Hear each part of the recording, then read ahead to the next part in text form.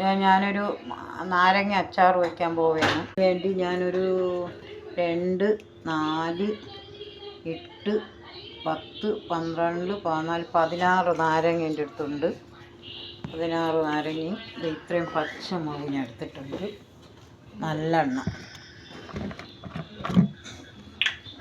ഇട്ട് ഞാനൊരു കുറച്ച് നല്ലെണ്ണ കഴിക്കുന്നുണ്ട്. ഞാനിങ്ങനെയാണ് അച്ചാർ വയ്ക്കുന്നത്, നാരങ്ങ അച്ചാർ വയ്ക്കുന്നത്. എത്രയും ഞാൻ നല്ലെണ്ണ കുറച്ച് കൂടുതൽ ഒഴിക്കും, നല്ലെണ്ണ. അത് കഴിഞ്ഞിട്ട് ഇതിലോട്ട് നാരങ്ങ ഓരോന്നോരോന്നായിട്ട് ഇങ്ങനെ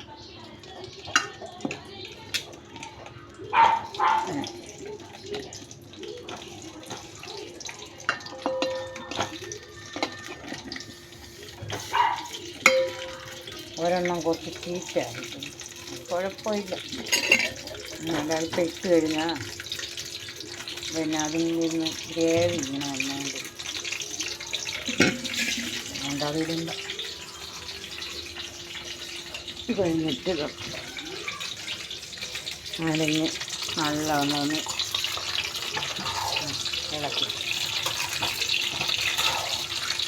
ഒരു അരമണിക്കൂറോളം ഇതിന് ഇട്ടേക്കും, എന്നാലും നല്ലവണ്ണം വേവും.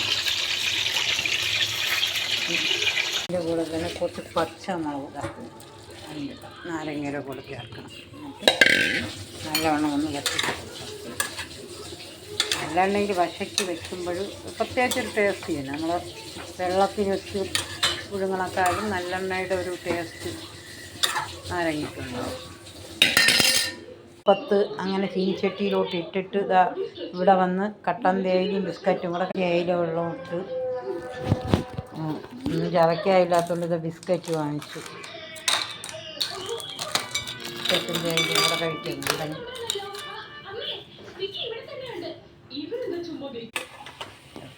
കണ്ടിട്ടുണ്ട്. അങ്ങനെ ഇതിലോട്ട് മാറ്റണം. അതിലോട്ട് കുറച്ച് അല്പം കടുക് ഇടുകയാണ്. കടുകിട്ടതിന് ശേഷം കടുകിട്ട് അത് പൊട്ടിയതിന് ശേഷം ഇഞ്ചിയും വെളുത്തുള്ളിയും കൂടെ അതിലോട്ട് ഇടണം. വെളുത്തുള്ളിയും കൂടെ അതിലോട്ടിട്ട് കുറച്ച് കറിവേപ്പിലയും കൂടി ഇടുന്നുണ്ട്. എന്നിട്ട് നല്ലവണ്ണം ഒന്ന് വശക്കി കഴിഞ്ഞ് ഇനി അതിലേക്ക് നാരങ്ങ ഇടാൻ പോവുകയാണ്. എല്ലാം നല്ല വശക്കിയിട്ട് അതിലേക്ക് നാരങ്ങ ഇട്ടിട്ട് പരളുപ്പാണ്, പരളുപ്പ് അച്ചാറിലേക്ക് ഇടുകയാണ്. അത് കഴിഞ്ഞിട്ട് കായം